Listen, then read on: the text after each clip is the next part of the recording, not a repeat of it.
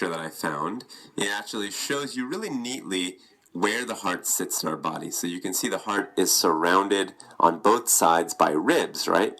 And in fact, I didn't draw it in yet, but let me show you where the lungs would be. So this is where the lungs, this is the right lung, and on this side you'd have the left lung.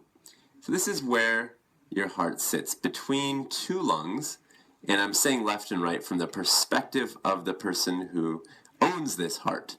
So this is their left and right, which is the opposite of us if we're looking at it. And so the heart is actually sitting between the two lungs within this protective casing. The ribs are basically there to keep all of these important organs safe. And then below them, so if you draw this here, or if I draw it, you can see now that below all of this stuff is a really, really important muscle.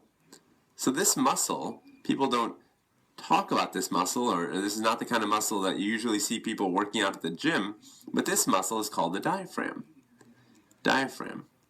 So your diaphragm muscle and your ribs are enclosing a space, right? The diaphragm becomes the floor, and the ribs are kind of the ceiling and the walls of this space. And if you look at the contents of this space, you'd have your lung and you'd have your heart.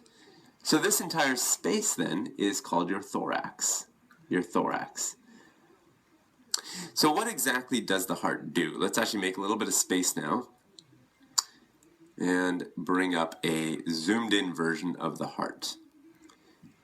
Let me start by orienting you to the heart. This is our right lung, and on the other side we have our left lung. And all this would be inside of the rib cage, but I'm not going to draw that now because that would make it harder to see the heart itself. So to think about exactly what the heart does, I think one kind of neat way to do it is to actually imagine that you're a cell. So put yourself in the perspective of a cell, and let's say that you're a cell hanging out over here. This is you. And you can think about any part of the body that you could be, let's say, a little toe cell. So let's say you're a toe cell. And your job is to, of course, live and be happy, and you've got nearby a little blood vessel. In fact, every cell in our body has a little blood vessel that's nearby. And this toe cell is just trying to make a living. And toe cells need certain things, right? They need, for example, let's say oxygen. I'll write it in white so it's very clear. They need oxygen.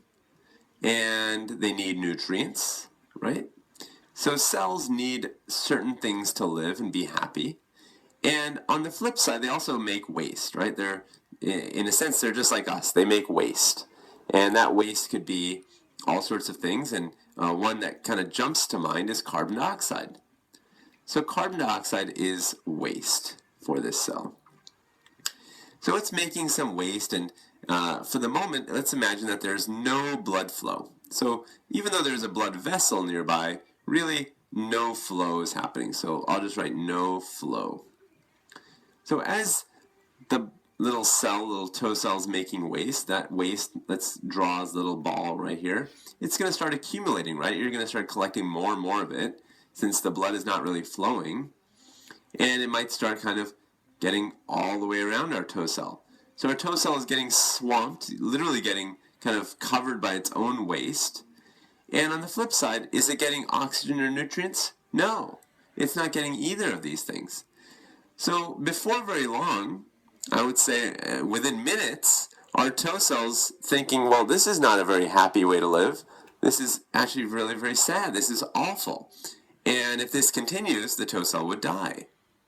So what a toe cell needs, and what every cell needs, and that could be a finger cell or a skin cell or really any cell that's living, needs flow, right? It needs this blood to be flowing nicely and smoothly. And if there is flow, then you get a very different picture, right? If there's flow, then all of a sudden all this waste product is actually now lifted and taken away. It's flowing away. And it's a little bit like having someone come by and pick up the trash. Then you don't have trash all over the house. So then you have nice flow. And in return, oxygen and nutrients are delivered. So this stuff gets delivered as well. So all of a sudden, the cell is going to be very, very happy. and is going to be living just fine. So really, if you want all of the cells in your body to be living just fine, like this cell here, you really want good flow throughout the body. And so this is really point number one, is that you really need somehow to have blood flow moving and pushing blood constantly through the body. So to do this for billions and billions of cells, you would need a pretty powerful pump.